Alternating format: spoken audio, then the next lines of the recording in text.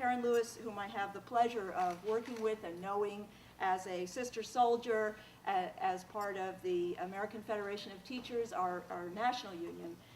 Karen Lewis also stepped, as I saw it anyway, stepped brilliantly and suddenly across the line from being a private to a public person. A very daring step for anyone, but I think especially in this racist and sexist culture, a very daring step for an African American woman. Karen Lewis had trained in medical school, had moved on from there, deciding that wasn't for her, and became a high school chemistry teacher, which she did for many, many years in Chicago, and then began to feel, as many of us had, that educational justice was not being served, that the union leadership of her union needed to be reinfused and changed.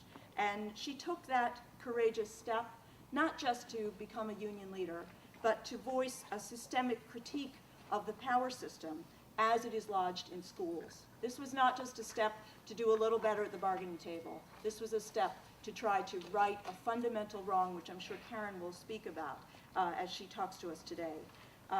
And she also took this step not alone, not as a single, I'm the best leader, but as part of a group that began with a reading group. How many union leaderships begin with a reading group? And Karen's leadership did. They sat down, they read together. So this should resonate with students. This was a group of teachers, of high school teachers and grade school teachers, who sat down and read analyses of what's happening in the political and cultural moment. And from that analysis, especially Naomi Klein's shock doctrine, they decided they had to fight back. And the only way to do it, they knew, was to do it collectively. So what I admire in Karen was that step forward from private to public, and then the recognition that the power they would have would be a collective power, the only power to change things. Karen has been known ever since taking that step. I think what I admire in her, among the many things, is that her directness. When everybody else is seeking to make peace with the establishment, seeking to find a way to make a little middle road, to find a third way, Karen refuses to normalize racism and poverty. And by that, I mean normalize, I mean to take it as normal, to accept that that's normal.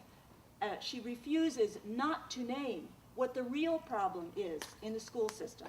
The problem is not the achievement gap. The problem is not a test. The problem is poverty and racism. And Karen names that problem. That's what we owe her so much for.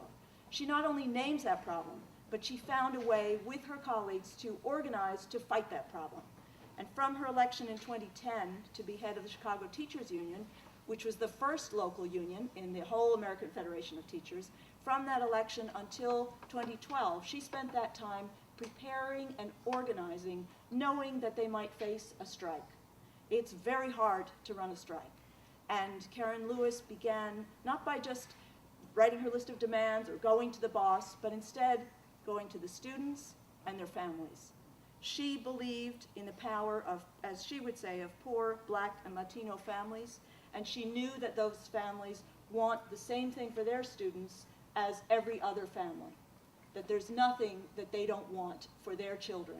She went to those families and she believed that they would stand with her, in front of her, and behind her, and they did.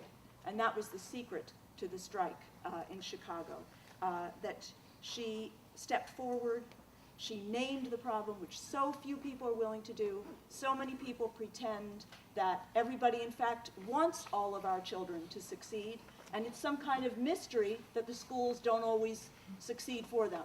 It is not a mystery. There is a real reason that schools don't always succeed, and Karen names it as rooted in poverty and racism.